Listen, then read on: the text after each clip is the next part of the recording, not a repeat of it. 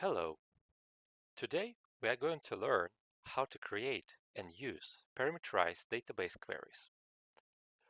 Let's navigate to a data panel and open the databases section, and then navigate to our regular demo database called Northwind.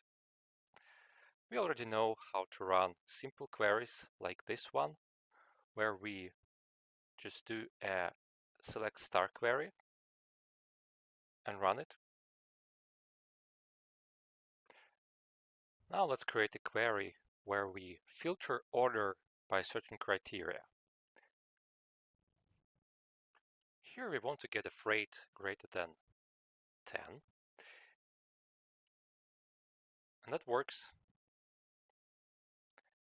However, it's natural to parameterize this argument.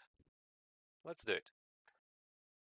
We just need to prepend the query with the markup where we specify an input parameter of type double and name freight. Now let's make use of freight in the query, give it some name, and run it. This time we are going to see the input dialog with this parameter, and now we can override the default value with this one and get the result. Oftentimes it's essential to also specify the operator, whether the freight is greater of some value or lesser than some value. In order to achieve that, we should convert our freight parameter to a string type parameter with the default value with the pattern. So let's do that.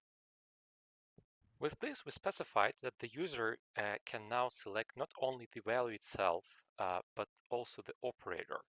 That's the first step. The second step is to convert the actual query to accept the pattern parameter. So let's do that.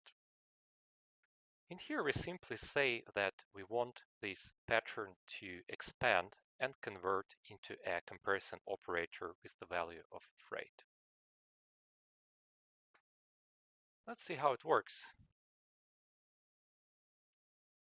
Now, by running this query, specifying that we want the freight greater than 200, we shall indeed get the desired results here.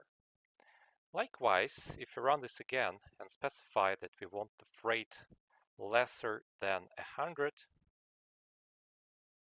we should again get the desired result. It's essential to specify more than one input parameter to a query, and here's a good example. Let's look at the query called orders and look inside. You can already find here some familiar features like default values, the pattern, and one new feature called choices, where you fill in the set of values for this parameter from a dedicated database query. You can also see that the default values are available for the date time and for Boolean. So let's run this query to see this beautiful form. It almost feels like a dedicated application, which otherwise would have taken quite some time to build. Let's run this query and produce the result.